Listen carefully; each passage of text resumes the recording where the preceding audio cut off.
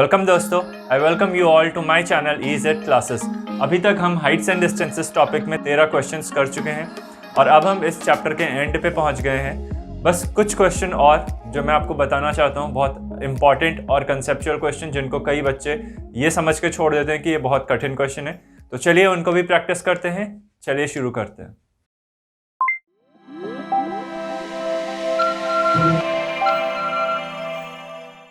Start करते हैं हम क्वेश्चन नंबर 14 से। If the angle of elevation of a cloud from a point h metre above the lake. Angle of elevation के बारे में बात कर रहा है। किसके एंगल ऑफ एलिवेशन की? क्लाउड की। From a point h metre above the lake. ठीक है, तो लेक पहले एक हॉरिजॉन्टल सरफेस बनेगी। उस लेक से h मीटर की ऊंचाई से उस क्लाउड को ऑब्जर्व किया गया और तब उसका एंगल ऑफ एलिवेशन कितना दे रखा है? अल्फा। फिर से देखिए, angle of elevation of a cloud from a point, cloud कहां होगा? ऊपर होगा। फ्रॉम अ पॉइंट, किस पॉइंट से? जो कि h metre above a lake है।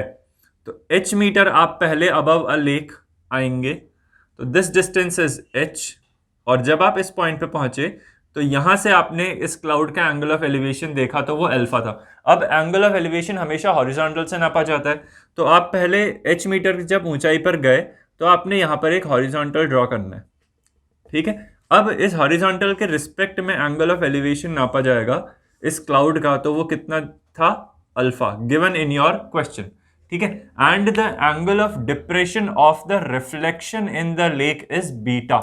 अब देखिए, ये हमारा क्लाउड की पोजीशन है। ठीक है, अब एक बात आपको पता है, आपने लाइट चैप्टर जब पढ़ा होगा फिजिक्स में, तब आपने इसी चीज सीखा होगा कि जब एक प्लेन मिरर होता है, ठीक है, जब एक प्लेन मिरर होता है तो इस प्लेन मिरर के जितना डिस्टेंस सामने ऑब्जेक्ट रखा होता है, मतलब जितना ऑब्जेक्ट का डिस्टेंस होता है प्लेन मिरर से, ठीक है, उतना ही उस ऑब्जेक्ट की इमेज का डिस्टेंस होता है। ठीक है, या बोला जाए कि the image formed by an object in front of a mirror is equal to the distance of the image behind the mirror. ठीक है, जितना दूर ऑब्जेक्ट रखा होगा मिरर्स के सामने, उतना ही पीछे मिरर से इमेज उसकी फॉर्म हो जाएगी। ठीक है, in case of plane mirrors. ठीक है, मैं कॉन्केव और कॉन्वेक्स मिरर की बात नहीं कर रहा हूं, प्लेन मिरर की बात कर रहा हूं। तो देखिए, ये जो लेक है वो एक प्लेन मिरर की तरह बिहेव करती है। ठीक है, और लेक में हमें रिफ्लेक्शन नजर आता है।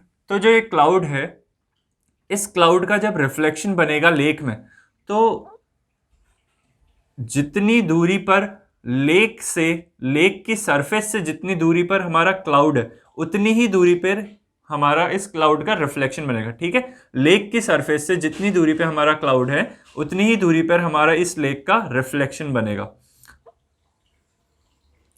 तो हम यहां पर इस क्लाउड का रिफ्लेक्शन मान लेते हैं ये पॉइंट है हमारा C for cloud and this point is C dash, that is उस क्लाउड का रिफ्लेक्शन।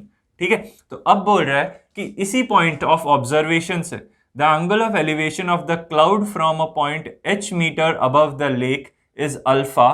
तो इस पॉइंट से, जो कि h मीटर की ऊंचाई पर था लेक की सरफेस से, यहां से जब क्लाउड का एंगल ऑफ एलिवेशन निकाला तो वो अल्फा आया। And the angle of depression, अब एंगल ऑफ डिप्रेशन भी हॉरिजॉन्टल से नापा जाएगा, तो हॉरिजॉन्टल से angle of depression of its reflection, इस क्लाउड के रिफ्लेक्शन का एंगल ऑफ डिप्रेशन कितना है?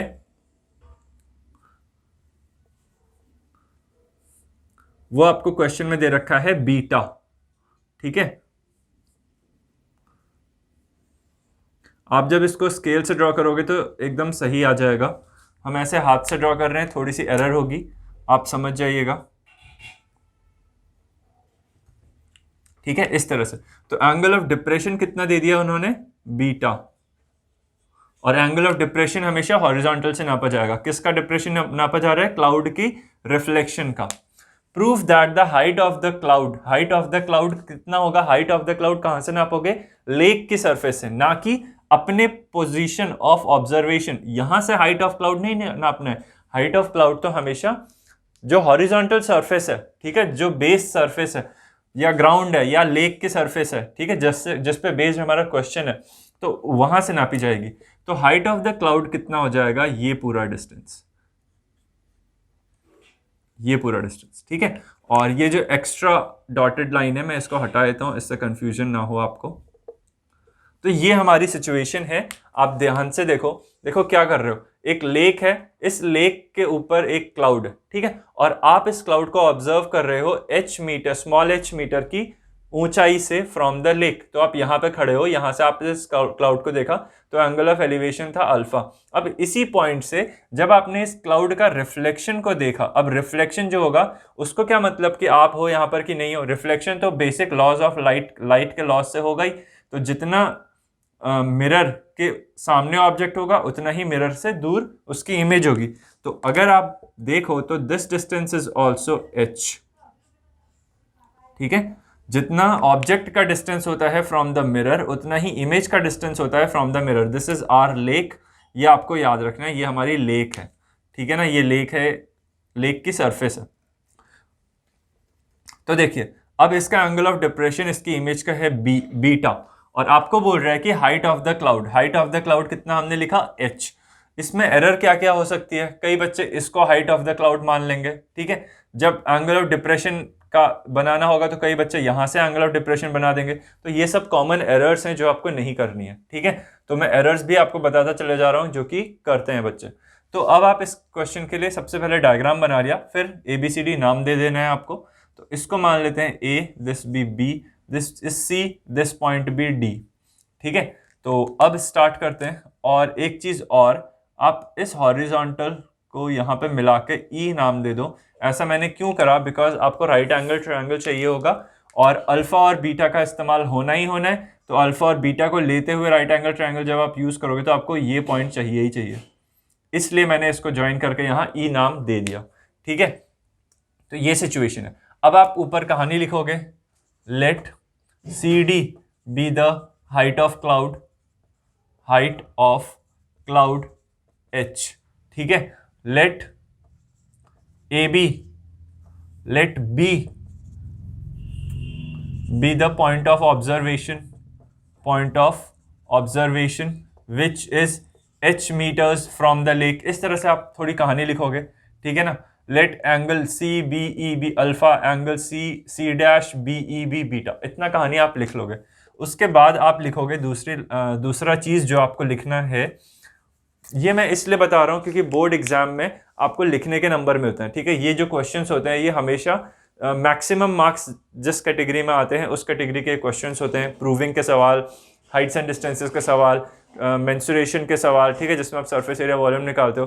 तो इन चैप्टर्स में आपको थोड़ा सा लिखना ज़रूरी होता है, थोड़ा कहानी लिखना ज़रूरी होता है, ठीक है, बिकॉज बोर्ड एग्जाम में आपको लिखने के मार्क्स मिलते हैं। अगर आप कोई कॉम्पिटिटिव एग्जाम दे रहे हो, जैसे आप JEE दोगे, IIT JEE या कोई और एग्जाम दोगे, ठीक है ना, अपने कॉम्पिटिटिव एग्जाम्स दोगे, तो वहाँ पर जितना कम लिख के आप आंसर सॉल्व कर ले जाओ वो आप बेहतर कहलाओगे। बट बोर्ड एग्जाम की कॉपी में आप जितना अच्छा प्रेजेंटेशन होगा आपका, जितना अच्छे से आपने लिखा होगा, सब चीज़ एग्जामिनर को दिख रही होगी, उतना अच्छा आपको वो मार्क्स देगा, ठीक है। अगर आप गंदी सी राइटिंग में कीड़े जैसा छोटा छोटा लिखोगे तो फिर मार्क्स कटेंगे, ठीक है। और उसमें भी अगर आपका गलत आंसर हो गया तब तो एकदम ही 0 मिलेगा। लेकिन ऐसे करने में आपने डायग्राम साफ साफ बनाया है, क्या गिवन है, क्या फाइंड करना है, वो आपने डब्बे में बंद करके रखा है, फिर आपने प्रोसीजर वाइज लिख रखा है और आंसर साफ एकदम लिख के डब्बे में बंद करके उसको शो करा है। वो क्या करेगा, जस्ट पेज पलटेगा और उसको हर एक चीज़ एक सीक्वेंस में दिख जाएगी आपके कॉपी में, वो बिना कुछ किए फुल मार्क्स देके आगे बढ़ जाएगा, ठीक है। तो इस तरह से आप अपने बोर्ड एग्जाम की कॉपी को बनाओ कि एग्जामिनर बहुत एकदम इजीली मक्खन की तरह उसमें से निकल जाए, ठीक है ना। तब आपके मैक्सिमम नंबर ऑफ मार्क्स आप स्कोर कर पाते हो। अगर एग्जामिनर को तकलीफ हुई आपकी कॉपी चेक करने में, ठीक है, उसमें उसको समझ नहीं आ रहा कि लिखा क्या है और उसको ढूंढना पड़ रहा है, तो जितना देर वो रुकेगा आपकी कॉपी में, जितना वो फ्रस्ट्रेट होगा, ठीक है, जितना देर वो रुकेगा, जितना उसको प्रॉब्लम होगी, उतने ही उसकी कलम से मार्क्स कम निकलेंगे। ये आप याद रखिएगा, ठीक है। तो अच्छा प्रेजेंटेशन बनाओ, बड़ा बड़ा लिखो, छोटे छोटे जिनकी हैंड राइटिंग है वो बड़ा बड़ा लिखें, दूर दूर लिखें। तो ये सारे टेक्निक्स होती हैं जिनसे आपके बोर्ड एग्जाम में या किसी भी एग्जाम में अच्छे मार्क्स आ जाते हैं। बट अगर आप कॉम्पिटिटिव एग्जाम्स दोगे तो ठीक इसका उल्टा, वहां पर जितना छोटा लिखो, जितना कम स्पेस में जितनी जल्दी सॉल्व कर सको उतना बेहतर, ठीक है। तो चलिए आगे बढ़ते हैं। तो पहले आपने ये कहानी लिख ली, फिर आप लिखोगे टू प्रूफ, क्योंकि आप यहाँ पे प्रूफ कर रहे हो। तो टू प्रूफ, क्या प्रूफ करना है आपको, the height of the cloud, height of the cloud is h is equal to, जो लिखा है आपको h tan beta plus tan alpha upon tan beta minus tan alpha. ये आपको प्रूफ करना है। अब इसका प्रूफ थर्ड लाइन में आप इस तरह से लिखोगे, ठीक है। अब देखो, हमने बहुत ही लास्ट क्लास में हमने बहुत एक अच्छा इसका मेथड सीखा था। हमने ये जाना था कि प्रूविंग के सवाल जो होते हैं वो बहुत इजी होते हैं, और इन सवालों में जो जो वो बोल रहा है, जो जो टर्म्स का इस्तेमाल होना है, वो टर्म्स की वैल्यू निकालो, put in the formula, and जो आपको चाहिए वो आपको मिल जाएगा, ठीक है। प्रूविंग के सवाल बहुत ईजी होते हैं। तो चलिए फाइंड करते हैं। tan बीटा का इस्तेमाल होना ही होना है, तो tan बीटा इस्तेमाल करते हैं, ठीक है। तो इस्तेमाल करते हैं, स्टार्ट करते हैं। तो let in triangle B E C dash, B E C dash, हमने ये ट्रायंगल क्यों लिया? बिकॉज हमें चाहिए tan बीटा। तो इस ट्रायंगल में जब आप tan बीटा करोगे तो tan बीटा आएगा E C dash upon B E. देखिए B E C dash triangle में tan बीटा आएगा परपेंडिकुलर अपॉन बेस। परपेंडिकुलर कहां से होगा? ई से सी डैश तक, ठीक है। अब देखो सी डैश से डी तक है h, और डी से ई है ये वाला h, बिकॉज ए से b और d से e ये इक्वल होगा, क्योंकि ये हॉरिजॉन्टल पैरेलल, और दो पैरेलल लाइंस के बीच में ये परपेंडिकुलर्स, ठीक है। तो ये एक रेक्टेंगल की तरह बिहेव करेगा, ए बी ई डी। तो ये अगर h है तो ये चुटकू भी h हो जाएगा, ठीक है। तो यहां से आप लिखोगे ई सी डैश की जगह आप लिखोगे h plus small h upon BE. BE को आप अभी बीई ही रहने दो, इसकी जगह कुछ और नहीं, ठीक है। तो ये आपका फर्स्ट रिलेशन निकल गया जो आप निकाल पाए, ठीक है। tan बीटा की जगह आप लिख सकते हो ये। आप ऐसे करना नहीं, बस मैं बता रहा हूं कि ये पहला रिलेशन है जो आपने निकाल लिया, ठीक है। अब इसके आगे बढ़ते हैं हम। मैं इस क्वेश्चन को थोड़ा मिटा दूंगा। आपने ध्यान से देख लिया इस क्वेश्चन को, आपको हाइट ऑफ द क्लाउड निकालना है, ठीक है। नेक्स्ट हम आगे बढ़ते हैं। हमें अब निकालने हैं क्या? tan अल्फा की जरूरत है हमें। क्वेश्चन में tan अल्फा दे रखा था, तो अब tan अल्फा निकालो।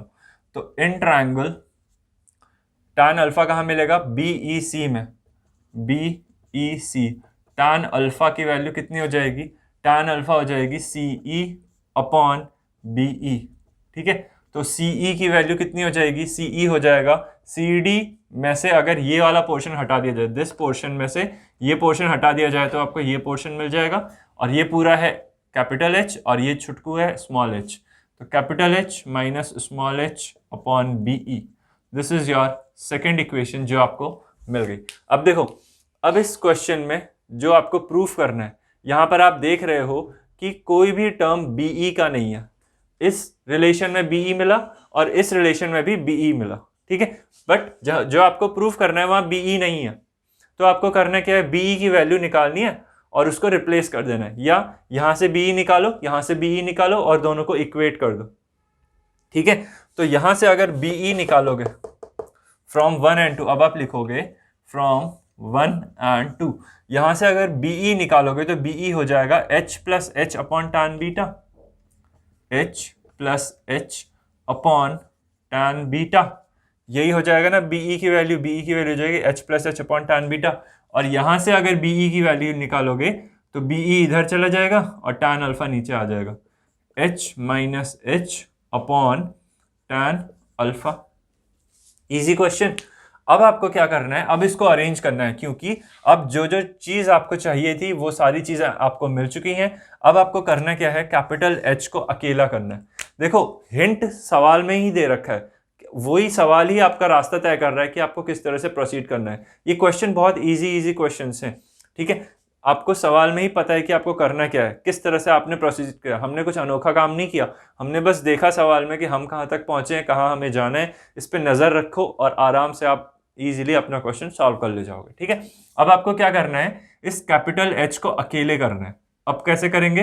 पहले क्रॉस मल्टीप्लाई करो, फिर कैपिटल H की वैल्यू एक तरफ लाओ, H को कॉमन लो, बाकी चीज उधर भगाओ, आंसर आ जाएगा, ठीक है।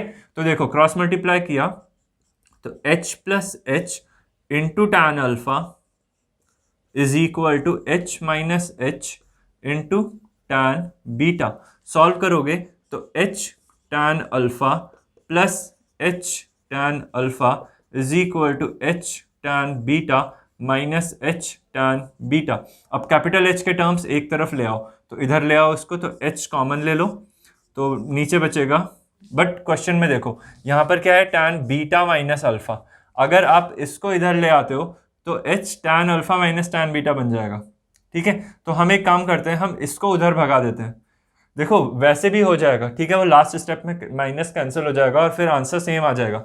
बट चलो ठीक है, पहले से ही क्वेश्चन की तरह करते हैं।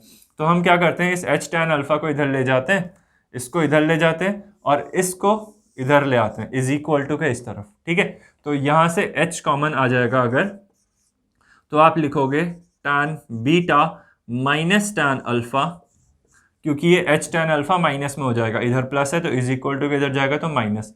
तो दूसरी तरफ एच टैन अल्फा और ये माइनस में है एच टैन बीटा, इधर जाएगा तो प्लस एच टैन बीटा हो जाएगा और एच कॉमन ले लिया तो प्लस टैन बीटा। ठीक है, इजी। अब क्या करना है, एच को अकेला करना है, तो यहां से एच को जब अकेले करोगे तो ये हो जाएगा H tan alpha plus tan beta divided by ये पूरा term, that is tan beta minus tan alpha. Check करो जहां हमें पहुंचना था हम पहुंच चुके हैं। H tan beta plus tan alpha, tan beta plus tan alpha upon tan beta minus tan alpha, tan beta minus tan alpha. ठीक है, तो हेंस प्रूव्ड। देख रहे हो ना कितना इजी सवाल है, कितना आसानी से हमने कर लिया। ठीक है, ये कैटेगरी बहुत इजी है, तो आपके 10th क्लास में कोई भी हार्ड क्वेश्चंस नहीं है, आप ये बस याद रखना और ये क्वेश्चंस बहुत इजीली हो जाते हैं। ठीक है, तो होपफुली यू लाइक्ड इट। इस लेक्चर में बस इतना ही, मिलते हैं हम एक और अच्छे क्वेश्चन के साथ अगले लेक्चर में। Thank you very much, have a nice day.